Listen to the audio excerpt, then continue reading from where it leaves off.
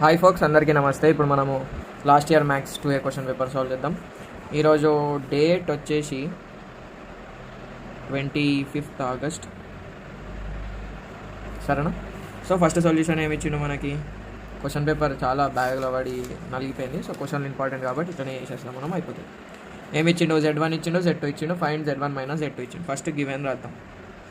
ఏదైనా given information రాయాలి. Z1 equals to 2, -1, Z2 equals to 6, 3.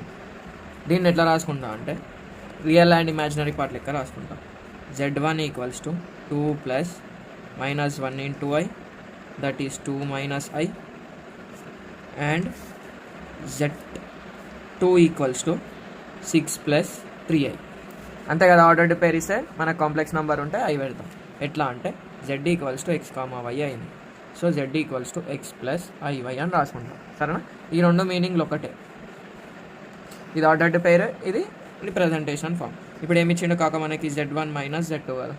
So Z1 ఏముంది? 2 - I, మైనస్లో ఉన్నప్పుడు బ్రాకెట్ పెట్టుకో, 6 - 3I. So 2 - I minus 6 plus 3I.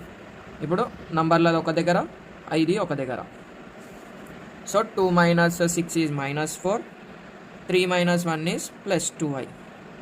So ఈ రెండిట్లకి నువ్వు ఈడు వరకు ఆపుతా అంటే ఆపేసి, లేకపోతే -2 కామంది, 2 - 1I. ఇంతే ఆన్సర్. నువ్వు ఈడు వరకు ఆపినా మార్క్స్ ఇచ్చేస్తావు, సరేనా? ఈ ప్రాబ్లంలో ఏం లేదు, జస్ట్ మనకి ఆర్డర్డ్ పేర్ ఇచ్చిండు, దానికి రియల్ అండ్ ఇమాజినరీ రాస్తాం, దాని తర్వాత సాల్వ్ చేస్తాం, సింపుల్.